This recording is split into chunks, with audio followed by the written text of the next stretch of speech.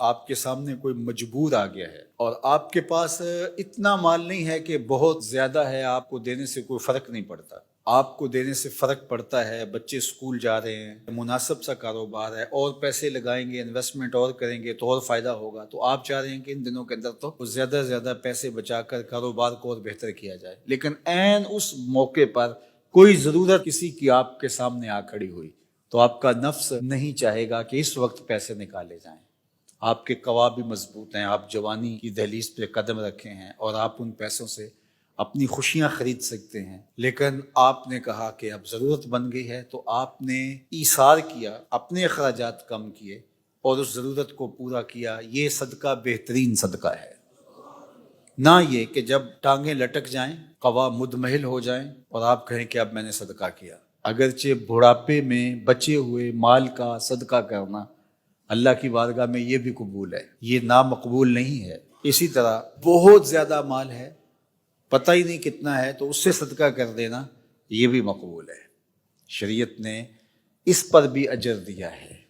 لیکن بہترین صدقہ ایسا صدقہ ہے کہ جب آپ کے پاس مال ہے اور اس مال کی آپ کو ضرورت بھی ہے اور آپ اپنی ضرورتوں کو کلوز کرتے ہیں،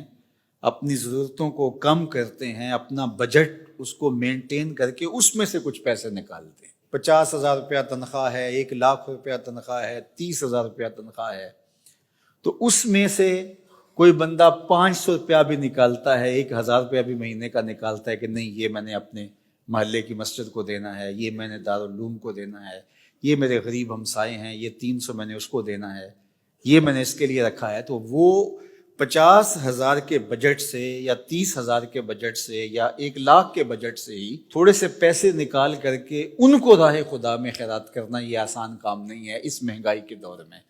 لیکن وہ یہ سمجھتا ہے کہ یار میرا تو پھر بھی چولہا جلتا ہے، ہمسایہ تو غریب ہے، رشتہ داروں کے پاس تو اتنی رقم بھی نہیں، یہ میرا دوست اس کی جاب چھوٹ گئی ہے، اس کا تو مسئلہ ہے، تو وہ جو احساس ہے اس کو، اور اس احساس کی وجہ سے 2 روٹیوں کی بجائے 1 کھا لیتا ہے، اور وہ گھی والی روٹی کی بجائے سوکھی روٹی کھا لیتا ہے، اور وہ سیر سپاٹوں کو چھوڑ کر کے کہتا ہے میں یہی اس ضرورت کے لیے لگا دوں گا، عمرہ کلوز کر لیتا ہے، کوئی بات نہیں وہ پیسے یہاں صرف کر دوں گا،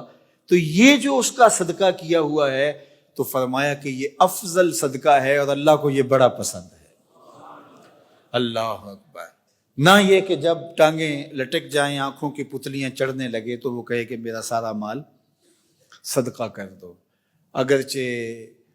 ایسا بھی بہت موقعوں پہ نہیں ہو پاتا، تو اس وقت کچھ ایسے لوگ کھڑے ہوتے ہیں جو آپ کو کرنے ہی نہیں دیتے،